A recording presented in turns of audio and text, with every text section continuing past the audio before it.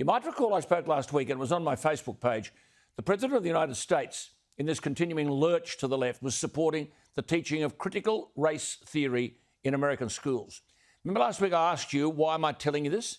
And I answered my own question with the certain truth that what happens in America finishes up here, if it's not here already. Critical race theory is virtually the province of activists, Marxists, who want to examine everything and see everything through the prism of race. In America, priority will be given for US history and civics grants to programs that, I quote, incorporate racially, ethnically, culturally and linguistically diverse perspectives, unquote.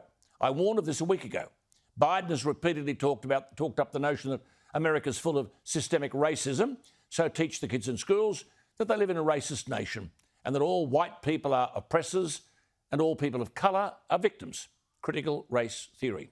One New York teacher warned that such a curriculum, and I quote, reinforces the worst impulses we have as human beings, our tendencies towards tribalism and sectarianism, that a truly liberal education is meant to transcend, unquote. Well, little did I believe that a week on, this is what we'd have in a so-called revised national curriculum. Warren Mundine, the distinguished Indigenous Australian, was first out of the blocks when he slammed the new curriculum, claiming its authors have sought to inject, quote, critical race theory into the classroom and create a society where people are divided by the colour of their skin. He said, and I quote, we're heading into really dangerous territory when we start down the path of critical race theory, unquote. Now, Mark Latham and I have warned about this for months. Today, in Sydney's Daily Telegraph, Warren Mundine has written a magnificent piece that all Australians should read, but especially Australian parents. Warren writes, quote, critical race theory is the eugenics of our time, a white supremacist doctrine dividing us by colour.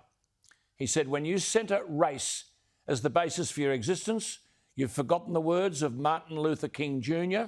when he said, quote, I have a dream that my 4 little children will one day live in a nation where they'll not be judged by the colour of their skin, but by the content of their character, unquote. Forget those words, said Warren Mundine, and you end up in a dead-end street. Warren joins me. Warren Mundine, this is magnificent leadership and splendid writing. You don't need anyone to lecture you on racism, ignorance and hate.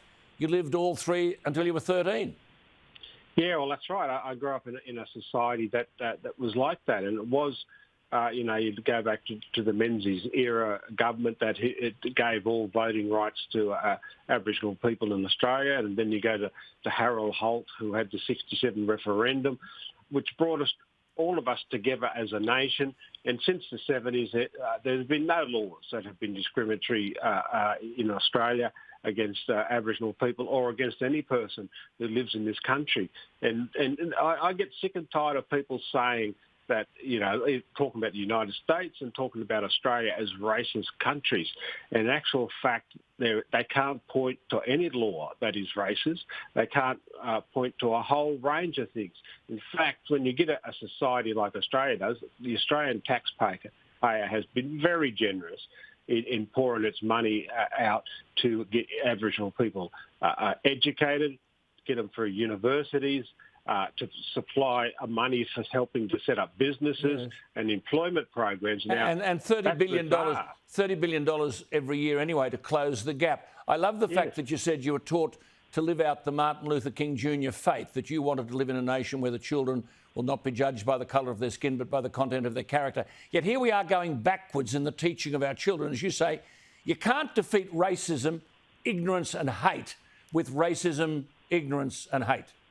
And that's exactly what this critical race theory is. It determines that by the colour of your skin, you're either an oppressor or you're a victim.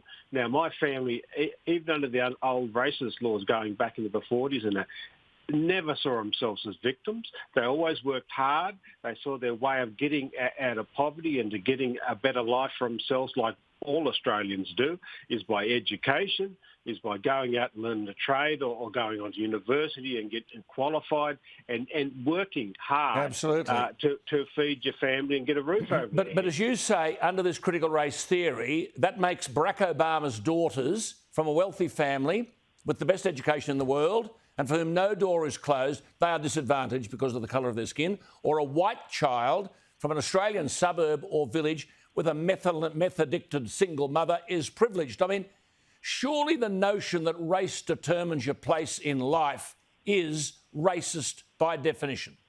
It is.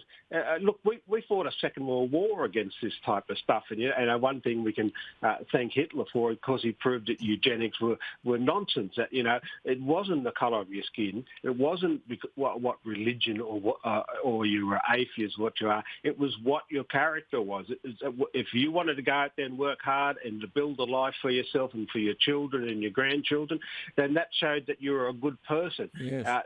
It didn't care about anything else. And look at Australia. We've had a colonial period. We've had migrants come here from overseas, especially after the Second World War, worked hard and helped build this country. Built the Snowy Mountains. I find this bizarre.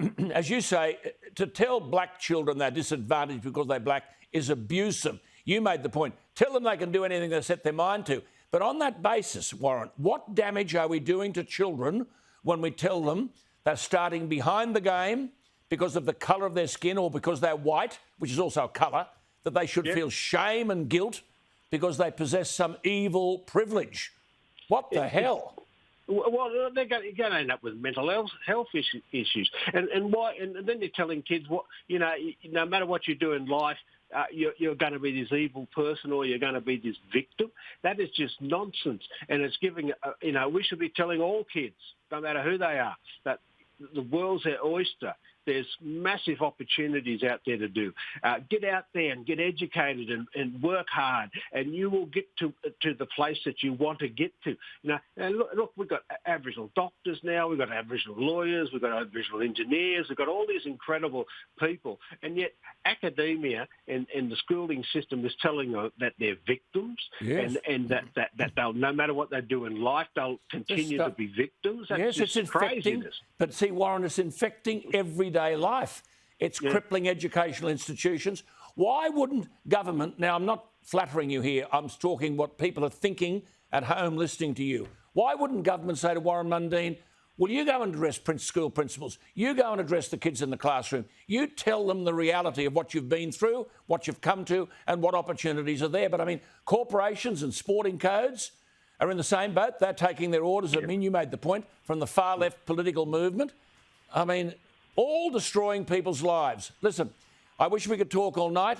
We've got to go. But I say, your family never saw yourselves as victims. Character and actions were important. And your house was full of people from all backgrounds. It's lovely to talk to you, Warren. Keep at it. Talk to you, Alan. We've got a battle on our hands for the sake of our children. Well, we're up for the fight. Good on you. Up to the fight. We'll be back after the break to wrap it all up.